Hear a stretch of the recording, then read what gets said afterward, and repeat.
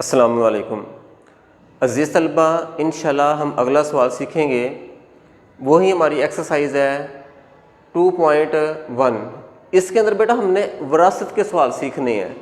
यानी अगर कोई भी शख्स है, अगर वो फोत हो जाता है तो उसके पीछे जो उसके अहल व अयाल होते हैं, उसके बच्चे हैं या उसकी बेवा है, तो बेटा उनके क्या बनते हैं, हिस्से बनते हैं। तो इन हिस्सों को हम विरासत का हिस्सा कहते हैं। क्या कहते हैं बेटा?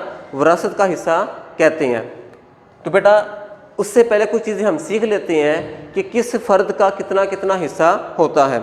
सबसे पहले है बेवा, यानी वो खातून जिसका खामद फोत हुआ है। तो बेटा बेवा के दो हिस्से होते हैं, उसकी दो सूरतें हैं।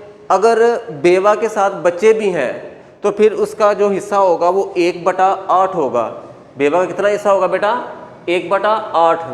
लेकिन अगर बेवा के बच्चे नहीं हैं, यानी कोई बच्चा भी नहीं है, तो फिर बेवा का 1/4 हिस्सा होगा। ये बात आपने जहन में रखनी है। उसके बाद बेटी आती है, तो बेटा बेटी का सिर्फ एक हिस्सा होता है और बेटा उसके कितने हिस्से होते हैं? 2 हिस्से होते हैं। तो आगे हम अपने सवाल की तरफ चलते हैं। तो हमारा बेटा 7वां सवाल है, तो हम पढ़ते हैं इसे कि अगर एक शख्स 7,50,000 रुपये मालियत की जायदाद छोड़कर मरता है तो इसकी एक बेवा, 2 बेटों और एक बेटी में से हर एक की जायदाद में मालियत मालूम करें, यानी हर एक का हिस्सा कितना होगा। तो बेटा सबसे पहले हमने क्या करना है, जो जायदाद की कुल मालियत है ना, तो बेटा हमने सबसे पहले वो लिखनी है। तो जायदाद की मालियत कितनी है? 7,50,000 रुपये है। तो हमने बेवा का हिस्सा, 2 बेटों का हिस्सा और एक बेटी का हिस्सा मालूम करना है कि जो आपने इक्वल डाल के क्वेश्चन मार्क यानी सवालिया निशान लिख देना है। इसकी ये तरतीब है।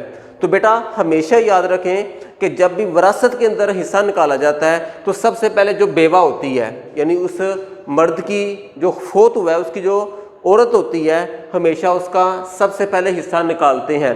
क्योंकि ये बच्चे साथ हैं तो इसका हिस्सा कितना होगा? 1/8 होगा। तो सबसे पहले हमने बेवा का हिस्सा निकालना है कुल कीमत में से। तो बेवा का हिस्सा बराबर है जो जायदाद दी गई है वो लिखनी है, मल्टीप्लाई और जितना उसका हिस्सा यानी 1/8 ये बच्चों के साथ बेवा का हिस्सा है। तो बेटा आप इस रकम को और इस रकम को आपस में डिवाइड करोगे तो आपके पास किसका हिस्सा आ जाएगा? बेवा का हिस्सा निकल आएगा। तो बेटा उसके बाद आपने बेटी का और बेटे का हिस्सा मालूम करना है। तो बेटा इसका तरीकाकार ये है कि सबसे पहले जो आपने बेवा का हिस्सा निकाल लिया है तो उसमें से आपने उसको माइनस करके जो बाकी रकम बचेगी ना, उसमें से आपने बच्चों का हिस्सा निकालना है। मेरे कहने का मकसद ये है कि जो टोटल रकम है वो लिखनी है और जो बेवा का हिस्सा निकला है ये वाला, इसमें से इस रकम को और इस रकम को आपस में माइनस करना है। तो हमारे पास क्या आ जाएगी?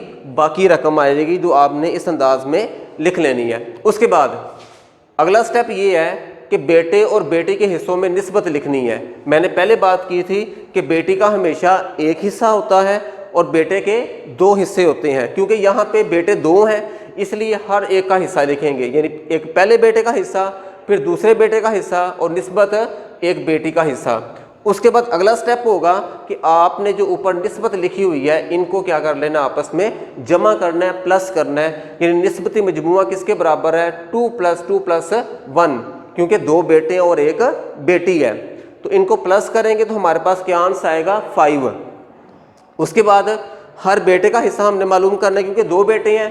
तो अगर आप एक बेटे का हिस्सा निकाल लेंगे तो जो पहले बेटे का हिस्सा निकलेगा दूसरे का भी वही होगा। हर बेटे का हिस्सा, यानी सबसे पहले तरीकाकार ये है कि जो हिस्सा वो आपने ऊपर लिखना है, जो निस्बती मजमू है उसको नीचे लिखना है और जो रकम बाकी बची है उसके साथ क्या करना है? मल्टीप्लाई करना है। आपने 2 को और जो रकम लिखी हुई है बाकी रकम उसको मल्टीप्लाई करना है और 5 के साथ आपने बेटा क्या करना है? डिवाइड करना है। तो आपके पास हर बेटे का हिस्सा निकल आएगा। हमारा अगला स्टेप है बेटी का हिस्सा। अब बेटी का हिस्सा कितना होता है? 1। तो ऊपर 1 लिखेंगे, आगे निस्बती मजमुआ लिखेंगे, उसके बाद मल्टीप्लाई जो बाकी रकम है, उसी बाकी रकम में से बेटी का हिस्सा भी निकालते हैं। तो बेटा आप 5 के साथ इस रकम को डिवाइड करोगे तो आपके पास किसका हिस्सा आ जाएगा? बेटी का हिस्सा आ जाएगा। तो बेटा इस तरह आसान तरीके से आप जो विरासत के हिस्से होते हैं वो आप निकाल सकते हैं। वस्सलामु अलैकुम वरहमतुल्लाहि वबरकातुहू।